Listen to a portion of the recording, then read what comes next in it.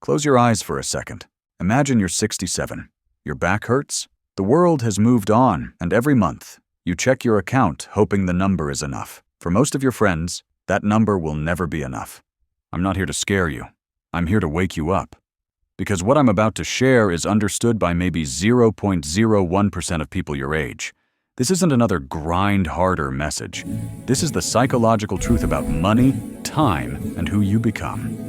Gen Z is the most educated, most connected, and most financially screwed generation in history. Not because the system hates you, but because of invisible forces acting on your mind every single day. The silent killer is lifestyle inflation on steroids. Your parents bought a house for 3 times their salary.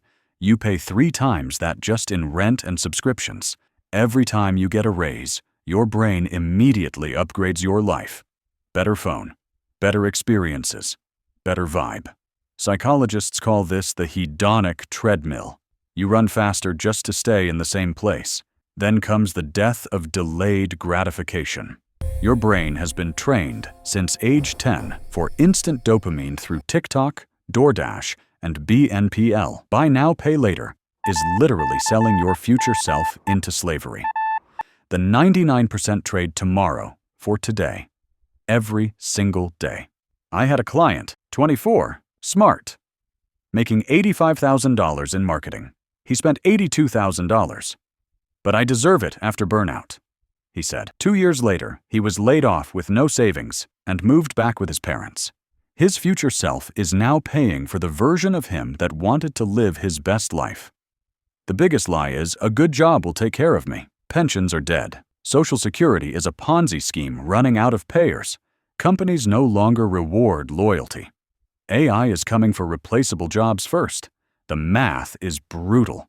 If you save only 5% of your income starting at 25 with average market returns, you'll likely retire broke at 67. Most Gen Z are saving less than that. Many are in negative net worth because of student loans and credit cards. Now we go deeper, to the part almost nobody talks about. Your brain is wired for immediate tribe approval, not long-term survival. In the savannah, sharing meat today mattered more than planning for winter. Today, posting your vacation matters more than maxing your Roth IRA.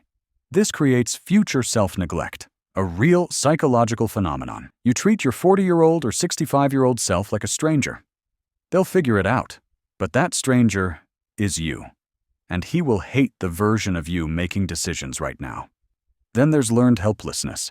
Endless news about climate, inequality, and recessions makes the mind conclude the game is rigged, so why even play?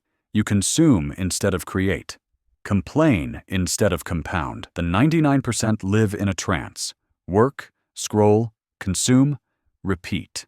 They outsource their thinking to influencers who sell them $12 oat milk lattes and self-care that keeps them weak. Retirement isn't about age. It's about having enough assets producing income without your active time. Most will never reach that because they never truly own their time, their mind, or their money. So, how do the 1% do it? They don't follow motivation. They redesign their psychology. First, fall in love with your future self. Every decision ask, would the 40-year-old version of me thank me for this? Write a letter from your 65-year-old self to today's you. Make it painful. Feel the regret if you stay average. This single exercise has changed more lives than any budget. Second, weaponize compounding, but not just money. Skill compounding is God tier. Learn high-income skills that compound: copywriting, coding, sales, design, systems thinking. The 1% don't trade time for money forever. They build assets, digital products, businesses, content, networks that pay them while they sleep.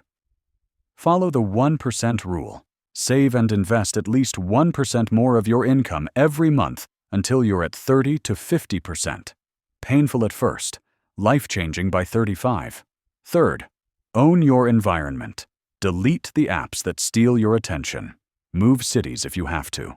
Surround yourself with people who talk about assets, not vacations. Your environment programs your ambition.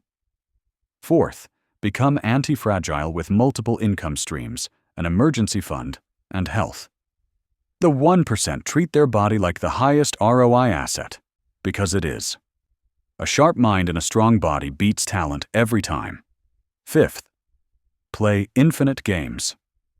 The 99% play to retire. The 1% play to build something so valuable they never have to retire. They work because the work itself becomes meaningful when you're not desperate. One young woman started a niche newsletter at 23, saved aggressively, invested boringly in index funds. By 29, she had options. By 33, she sold for 7 figures, not because she was lucky, because she thought in decades while her friends thought in weekends. You don't need to be extraordinary. You need to be consistent when everyone else is distracted, disciplined when everyone else is living their truth, patient when everyone else wants everything now.